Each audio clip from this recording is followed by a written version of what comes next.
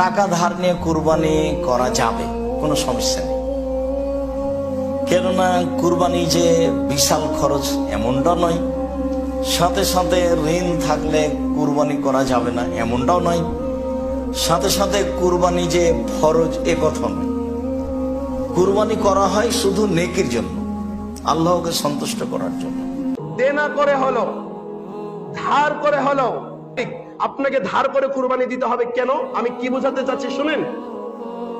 আপনি টাকা পয়সার মালিক, আপনার ব্যাংকে 5 লাখ টাকা এখনো দেনা আছে, প্রতি মাসে আপনি কিস্তি দিচ্ছেন, কিন্তু আপনি 2-3 তলার মালিক, আপনার টাকা পয়সা আলহামদুলিল্লাহ যথেষ্ট পরিমাণ টাকা পয়সা আছে, আপনি একটা সময় ওই 5 লাখ টাকা আপনি শোধ করে দিতে পারবেন, এই অর্থ আপনার কাছে আছে। কিন্তু এই কুরবানির সময় আপনার কাছে টাকা নাই। কি নাই? টাকা নাই। আপনার নিজের ভাইয়ের কাছ থেকে হলেও, আপনার প্রতিবেশীর কাছ থেকে হলেও, যার কাছ থেকে হলো ধার করে হলো আপনাকে কুরবানি দিতে হবে। কুরবানি আপনাকে দিতে হবে, কুরবানি মাপ নাই আপনার। আপনি বলবেন এটা কি ফরজ বিধান?